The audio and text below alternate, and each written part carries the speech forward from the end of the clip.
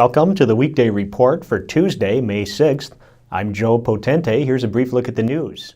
Another industrial park could be arriving in Kenosha, as city officials received a conceptual plan for one just west of I-94 near 60th Street. Officials will discuss the 147-acre site and its future use at Thursday night's Plan Commission meeting. It's the second time in just over a month that a developer has inquired about building an industrial park west of the interstate.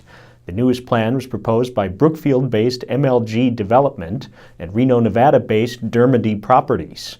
Kenosha City Council members shuffled the city's budget on Monday to finance dredging of the harbor in Southport Marina.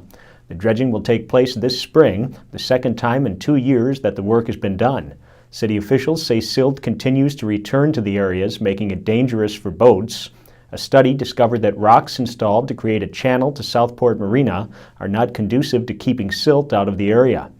A Kenosha man will likely spend the rest of his life in prison after a judge sentenced him to 60 years for a horrific attack on his wife.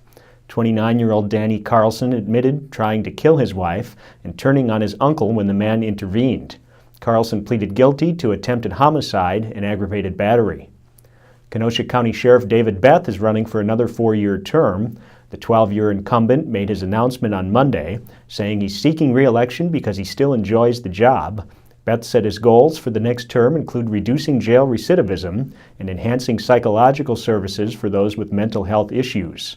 As of Monday, no one had taken out papers or filed papers registering their intent to challenge Beth. Candidate papers are due June 2nd. The election is November 4th. A California couple is offering to purchase the county-owned Ewell Mansion on 3rd Avenue. A county board committee Monday night approved a recommendation to approve the $267,000 offer. The 5,200-square-foot house, built in 1899, has sat empty for about 3 years since the county's legal offices relocated to the courthouse basement. Earlier, it was home to the Kenosha County Historical Society. The home has been on the market for more than a year. The purchase offer will go before the full county board on May 20th. Up next is sports editor David Marin with the latest on the Kenosha News Match Game Bowling Tournament. Action got underway Monday night in the 51st annual Kenosha News Match Game Bowling Tournament at Sheridan Lanes. Jason Griffin opened qualifying by rolling an 8-game total of 2012 to lead the men's division. Griffin rolled a 289 in his third game, and he bowled a 245 or better in his final 5 games. Gary Exner Jr. and Jim Capps rounded out the top 3. Ryan Eidser, the youngest competitor in the men's division, finished 4th with a 19-15. His night was highlighted by his first career perfect game in the 5th game. David Marin, Kenosha News.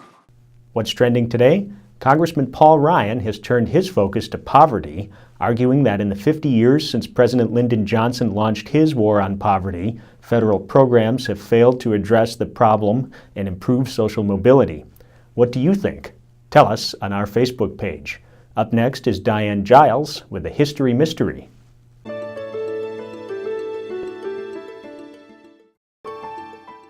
Franklin Delano Roosevelt came to Kenosha in 1920 on the campaign trail, but not as a presidential candidate.